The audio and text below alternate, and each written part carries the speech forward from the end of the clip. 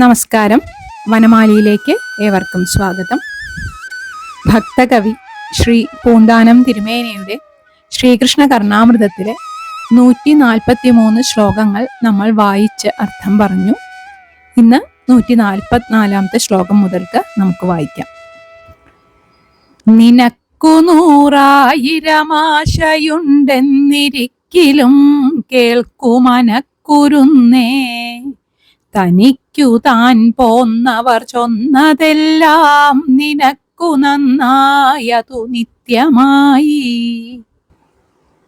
അല്ലയോ മനക്കുരുന്നേ, മനതളിരേ എന്നൊക്കെ വിളിക്കില്ലേ, അതന്നെ. നിനക്ക് 100,000 ആശയുണ്ടെന്നിരിക്കിലും, നിനക്ക് 100,000 കുറേ ആശകൾ ആഗ്രഹങ്ങൾ ഉണ്ടാകും. എന്നാലും തനിക്ക് താൻ പോന്നവർ ചൊന്നതെല്ലാം, സാമർഥ്യശാലികളായിട്ടുള്ളവര്, എല്ലാത്തിനും പ്രാപ്തരായിട്ടുള്ള ആൾക്കാര്, അതായത് നല്ല ജ്ഞാനമുള്ളവര് ചൊന്നതെല്ലാം, പറഞ്ഞു തരുന്നതെല്ലാം കേൾക്കൂ, അത് കേൾക്കണം. എന്താ കാരണം? നിനക്കു നന്നായതു നിത്യമായി, അത് നിനക്ക് നിത്യമായ നന്മയെ ഉണ്ടാക്കും, ശാശ്വതമായ നന്മയെ ചെയ്യും എന്നർത്ഥം. അതായത് മനസ്സിനോട് പറയാണ്, നമ്മുടെ മനസ്സ് എന്താണ് കേൾക്കേണ്ടത്? ജ്ഞാനികളായിട്ടുള്ള അറിവുള്ള ആൾക്കാര് പറഞ്ഞു തരുന്നത് കേൾക്കണം. കേട്ടാൽ മാത്രം പോരാ, അനുസരിക്കണം. ആ പറഞ്ഞു തരുന്ന കാര്യങ്ങള് ജീവിതത്തിൽ അനുസരിച്ചാൽ അത് ശാശ്വതമായ നന്മ ഉണ്ടാക്കി തരും എന്നാണ് പറയുന്നത്. ഇനി അടുത്ത ശ്ലോകം. തണ്ണീർദാഹം മുഴുത്തും തടിയനരികെ വന്നന്തകൻ താനുരത്തും, കണ്ണീർക്കാരായടുത്തുള്ളവർകൾ തൊഴിമുറയ്ക്കാകെയൊന്നിച്ചു പാർത്തും, തന്നെ താനേ മറന്നിട്ടതിവിവശത പൂണ്ടാർത്തനായി വീർത്തുമക്കോപ്പെന്നെ കൊണ്ടാക്കി വെച്ചിടൊല വരദ വിഭോ വാമഗേഹാധിവാസിൻ. ഇവിടെ എന്താണ് പറയണെന്ന് വെച്ചാൽ, തണ്ണീർദാഹം മുഴുത്തും, വെള്ളത്തിനുള്ള ആഗ്രഹം, ആ ദാഹം അധികമായി. തടിയനരികെ വന്നന്തകൻ താനുരത്തും, ആ വലിയ രൂപമുള്ള അന്തകൻ, കാലൻ എൻ്റെ അടുത്ത് വന്നിട്ട്, ഉരത്ത് എന്ന് പറഞ്ഞു കഴിഞ്ഞാൽ കുറച്ച് പരുഷമായിട്ട് സംസാരിച്ച്, അതായത് യമദേവനെ കണ്ട് ഭയപ്പെട്ട്, അതായത് മരണഭീതി തന്നെ. അടുത്തുള്ളവർകൾ എന്ന് വെച്ച് കഴിഞ്ഞാൽ നമ്മുടെ അടുത്തുള്ള ആൾക്കാര്, അടുത്ത ബന്ധുക്കളൊക്കെ കണ്ണീർക്കാരായി, അവര് കണ്ണീര് വാർത്തുകൊണ്ട് നിൽക്കുകയാണ്. തൊഴിമുറയ്ക്കാകെ ഒന്നിച്ചു പാർത്തും, മുറവിളി കൂട്ടുക, മാറത്തടിച്ച് നിലവിളിക്കുക, ഒന്നിച്ചു പാർക്കുക വെച്ചാൽ ചുറ്റും ഇങ്ങനെ വന്ന് നിന്ന് മാറത്തടിച്ചുകൊണ്ട് കരയുക.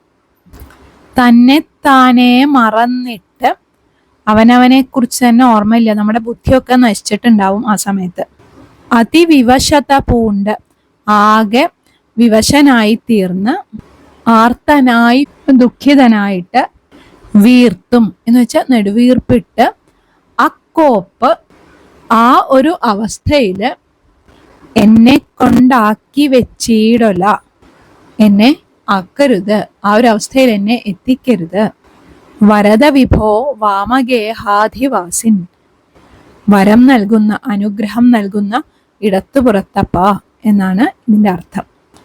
എന്ന് വെച്ചാൽ നമ്മുടെ മരണസമയം അടുക്കുമ്പോൾ തൊണ്ട വരണ്ട് ദാഹം വല്ലാതെ വർദ്ധിക്കും.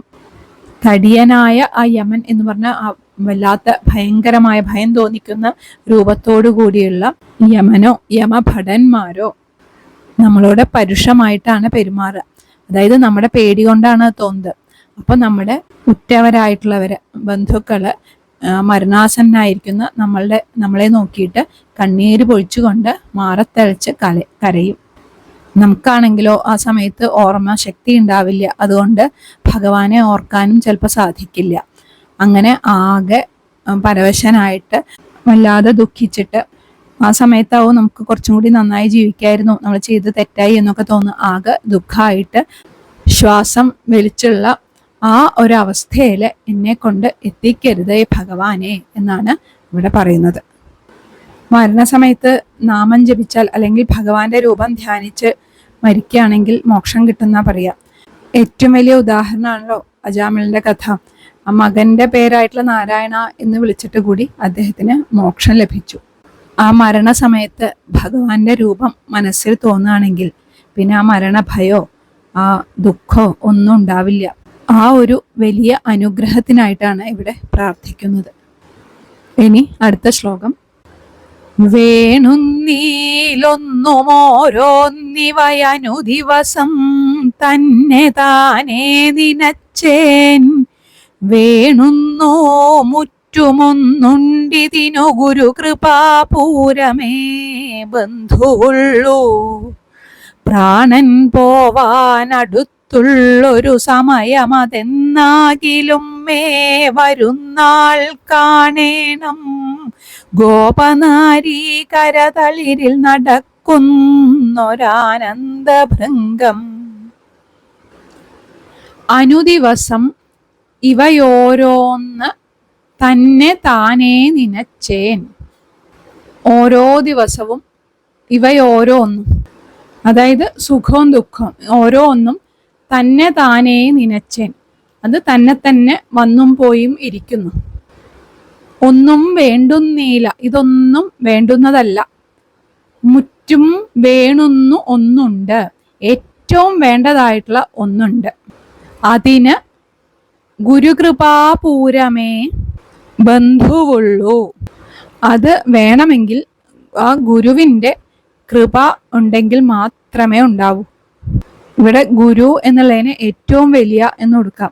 അങ്ങനെയാണെങ്കിൽ അവിടുത്തെ ഏറ്റവും വലിയ കൃപ ഉണ്ടെങ്കിൽ മാത്രമേ അത് സാധിക്കുള്ളൂ. ബന്ധുവുള്ളൂ, അത് മാത്രമേ ഒരു ഉപായമായിട്ടുള്ളൂ. പ്രാണൻ പോവാൻ അടുത്തുള്ളൊരു സമയം അതെന്നാകിലും മേ വരുന്നാൾ. മരണസമയം, പ്രാണൻ പോകുന്ന സമയം എന്ന് വെച്ചാൽ മരണസമയം വരുമ്പോൾ അതെന്നാണെങ്കിലും ഗോപനാരീ കരതളിരിൽ നടക്കുന്ന ആ ഗോപികമാരുടെ കരപല്ലവങ്ങളാകുന്ന പൂക്കളിലൂടെ ചലിക്കുന്ന, അതായത് ഗോപികമാര് വാത്സല്യത്തോടെ കൃഷ്ണനെ ഇങ്ങനെ മാറി മാറി എടുക്കുന്നുണ്ട്.